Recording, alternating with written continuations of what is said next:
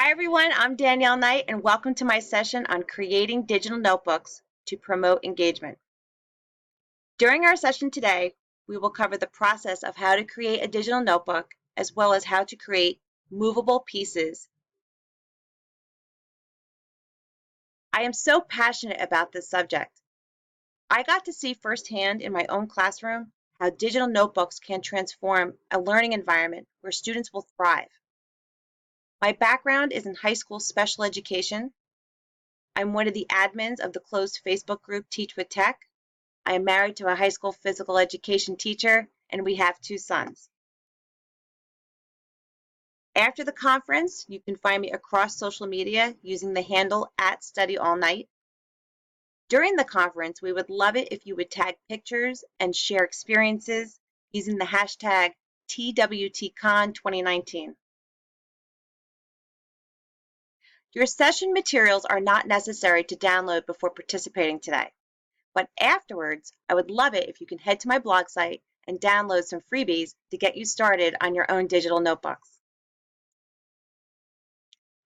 So, we are ready to get started.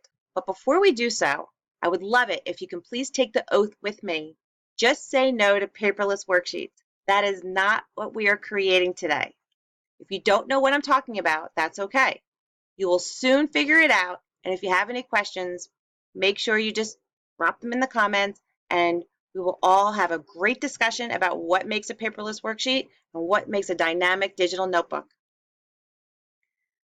A really great concept to start with is understanding that digital notebooks have a foundation, which starts with the image. The foundation of the digital notebook starts with that image that even before starts with PowerPoint, Microsoft Word, Publisher. You can start with a PDF file, anything you created in Keynote. Many of you use Google Apps like Google Slides, Google Docs, and Google Drawing. You're going to save those resources that you already have created as an image file. You can either save them as a JPEG or a PNG file. I prefer JPEGs at this point because the file sizes are smaller and they load faster. If you're going to use Google Docs, there is an extra step, which is not a big deal. You would save it first as a PDF and then export it as an image file. I use the word export quite a bit. You can also use the word convert or just save as. It's just another way of saving the file. This slide is very special to me.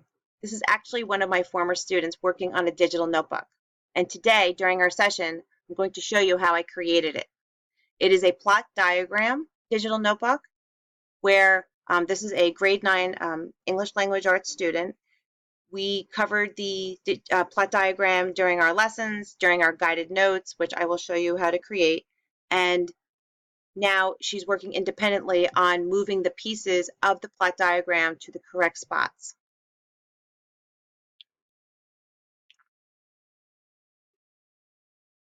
So it's time to roll up your sleeves, and here we go. We are now ready to actually work on a digital notebook. For time purposes, I went ahead and I skipped a few steps. I already opened up Google Slides to a brand new document. And the first thing I want to do is let's give it a title. So today we're going to work on a plot diagram digital notebook for the giver. So let's go the giver plot diagram. This way, it's easy to find it in my students' Google Classroom files, and as soon as they see that title, they'll know to open it.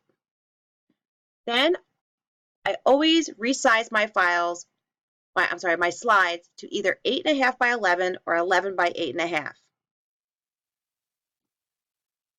And because this is going to be a landscape digital notebook, it's 11 by 8.5.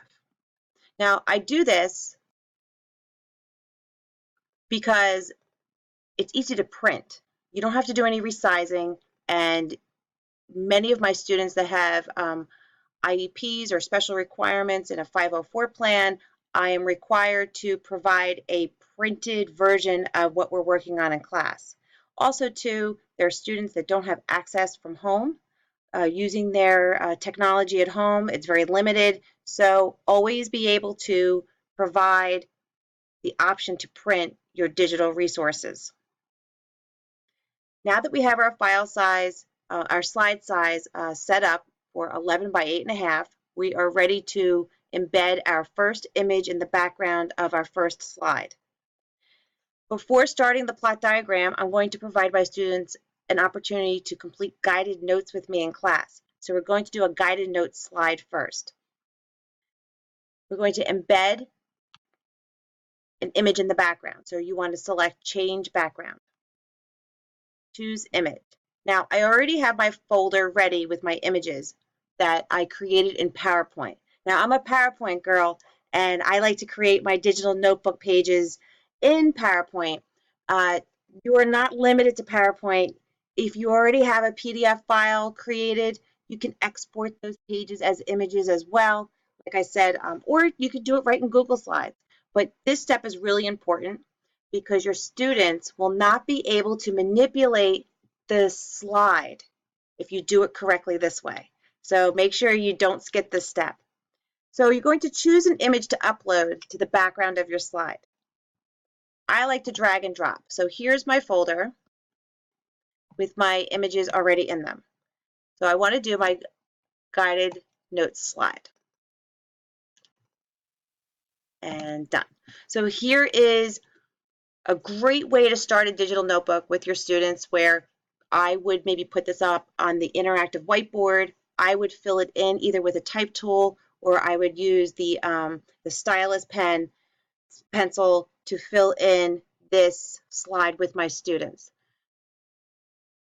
Building a digital notebook is not typically just one slide. You want to add slides to it to lead up to an assessment or an independent type of activity for your students to take away from what you work on together in class.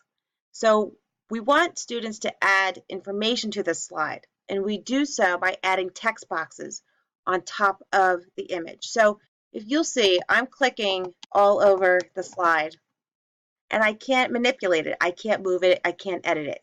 That is a slide that's done correctly. Time to add our text boxes. Now, I want my students to know that this is a space I want them to add their information to. So I'm going to type in something like, add your response here, add your text here, type your answer here. It's up to you. You know your students best. I like to do, add your response. Okay. You don't want to write, you don't want to type, write your answer here because they're using technology. They're not necessarily writing. They're publishing. Okay, so that's just a side note. All right, so add your response here. And I like to change the font. I think it's called Short Stack. That's the one I always seem to go to. And I like to make the text a little bit bigger. And sometimes adding some color so it stands out. So to be fancy, I'm going to show you a shortcut on how to add your response here text box to the other spaces quickly. I like to do Control-C on the keyboard and then do Control-V for paste. So Control-C is copy, Control-V is paste. And there you have it. So then I'm going to select both, Control-C, Control-V. You can add it to two more, and then we'll do Control-C, Control-V. Or you could just Control-V again. And there you go. And it was fast.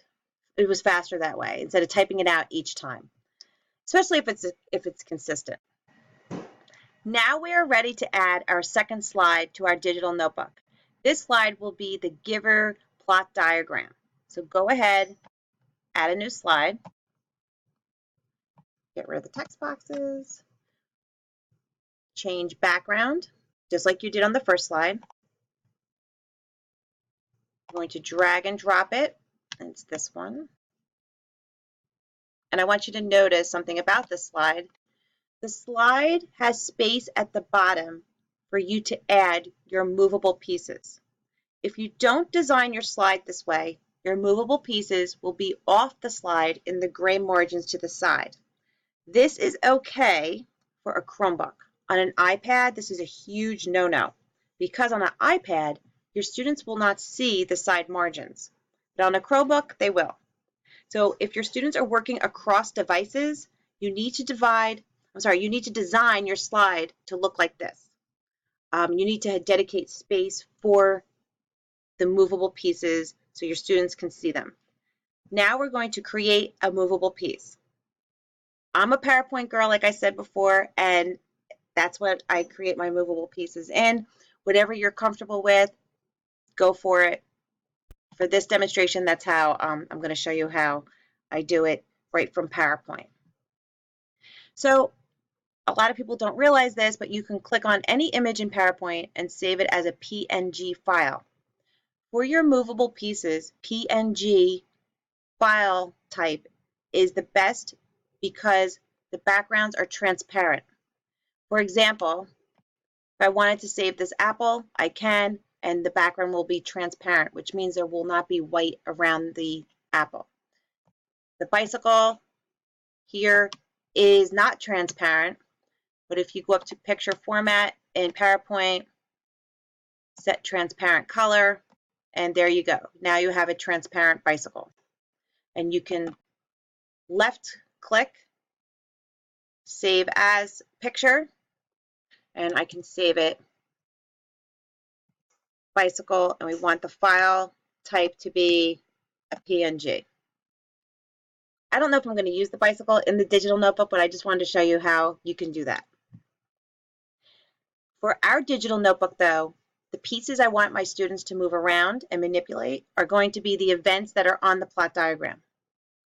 So I already did a few that I'm going to quickly show you when we go back, but I didn't do this one yet. So you're going to select that part of the plot diagram. You're going to left click, save picture as, and I'm going to name it climax, the giver. Okay. Yeah, it's not really consistent, but that's okay. And we want to go there, save. And this is, I believe, event number 5, so we'll do the same over here. Okay. I'm going to name it, and then make sure it's PNG, save. So we'll go back to our Google slide. So now this time, when you move the movable pieces over, you're not going to embed them in the background because you want your students to be able to move them around. So you're going to add them to the top of the slide. And we do that just by going Insert, Image.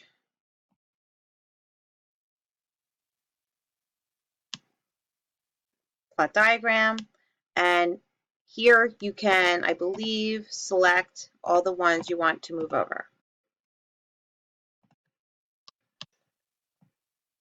And you would line them up at the bottom neatly so your students can see them all just like this. We can cover this here. And your students would take the movable pieces and move them to the correct parts in the plot diagram. So let's just see, let's put this one here. I'm just moving them around just to show you what it would look like, how your students would manipulate it, just like that.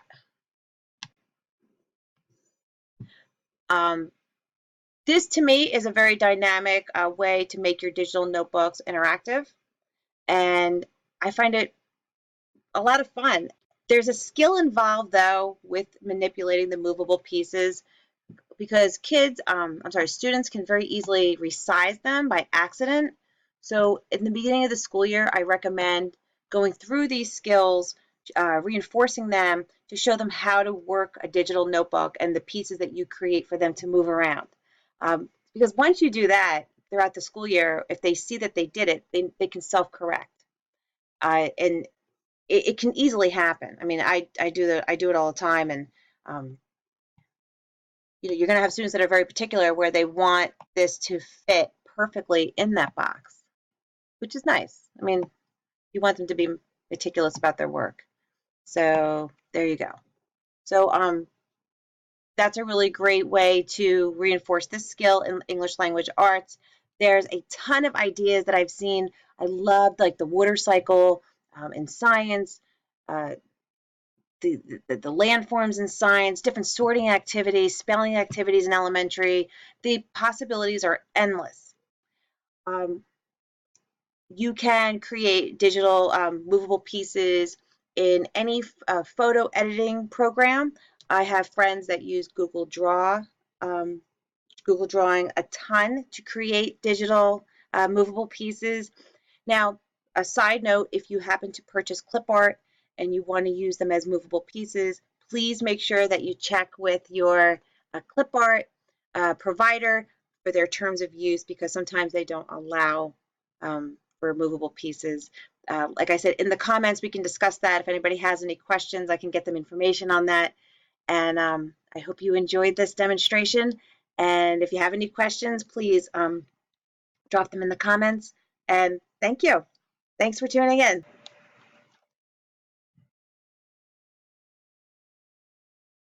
I just want to say thank you to everybody for tuning in. And I wanted to give a quick reminder to head to my blog site to download your free templates to get started on your own digital notebook so you can go back to school this year and rock your lessons. You can add some energy back into your teaching practice, and hopefully you'll find that your students will have fun as well and they'll be really engaged in your lessons. So thank you so much for tuning in. And please use the comments if you have any questions, or I can provide you any further information.